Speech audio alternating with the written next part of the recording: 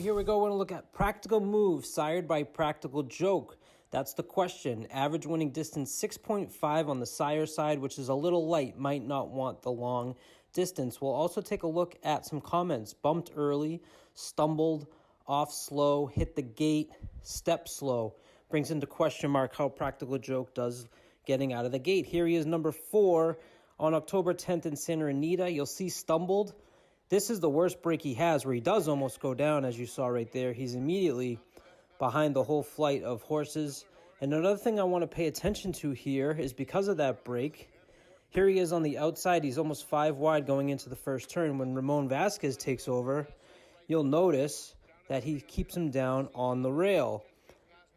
This race he rides most of the race wide. He does a good job catching up here, passing some horses to get himself into a good place. Here we go around the final turn.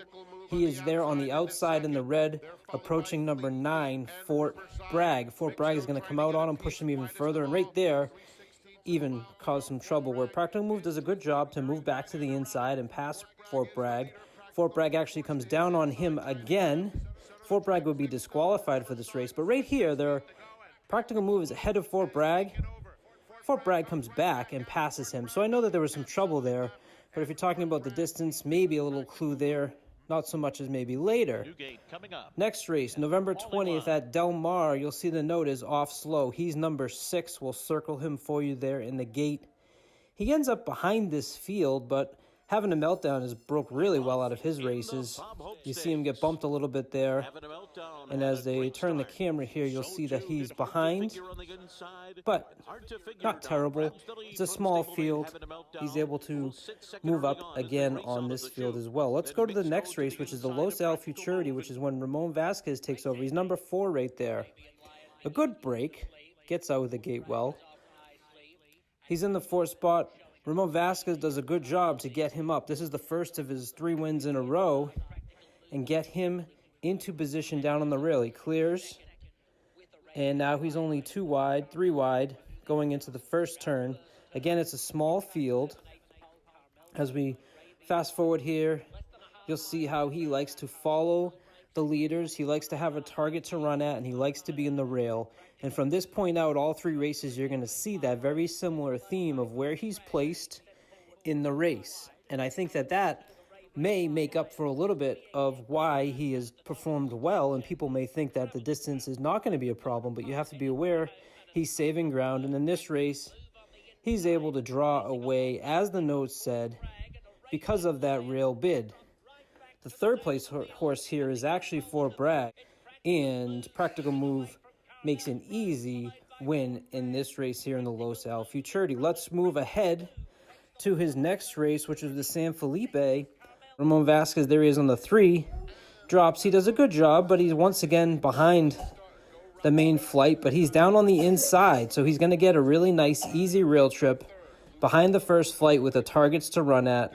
Hijazi's in this race, Fort Bragg, Go Rocky Ride. There he is, the 3 down on the inside.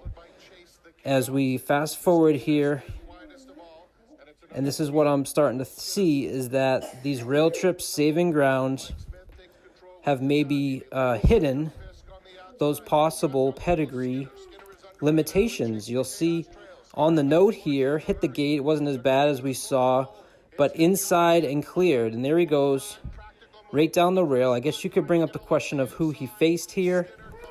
Going a mile in the 16th. Has that nice rail ride and makes a pretty easy win here in the San Felipe. So it was, at glance, another impressive win here for Practical Move. As we move on to the Santa Anita Derby, another bit of a little bumpy start, but Ramon Vasquez has now done well to not let him fall too far behind. But he also, watch here, as we've talked about, he's going to clear that too and get down into the rail and be behind the first flight to have that target to run at. Right there, he rushes him up a little bit, gets him into the perfect position of where he wants to be. And my concern is that we've seen Practical Move in the last 3 races, which have been very impressive, have rail-saving trips that you can't guarantee in the Kentucky Derby. I also want you to pay attention right here as they go on the backstretch. Practical Move wants to run. And if you watch Ramon Vasquez's hands right here on the 5, he's pulling. And he's kind of holding him back because I think he knows about that limitation of distance. And he doesn't want to use him up here rushing up. He knows he's going to get that real saving trip. And maybe it's hiding a little bit of what could be a problem for Practical Move. We move up to the final turn. Here is Practical Move. He's actually made the move to the front here on the rail. This is his first race at 1 1/8 miles. So remember, the Derby's 1 1/4 miles. This is the longest race that he's had so far. And here he is, almost being caught by Mandarin Hero and Skinner to his outside. If this race is longer, I believe Mandarin Hero passes him as you watch the gallop out. Practical Move gets the win here. But remember, he had the rail saving trip. It's 1 1/16 miles. If he doesn't get the rail, if he's outside the 8 post, I really am not a huge fan of Practical Move. And I think the distance could end up being his downfall.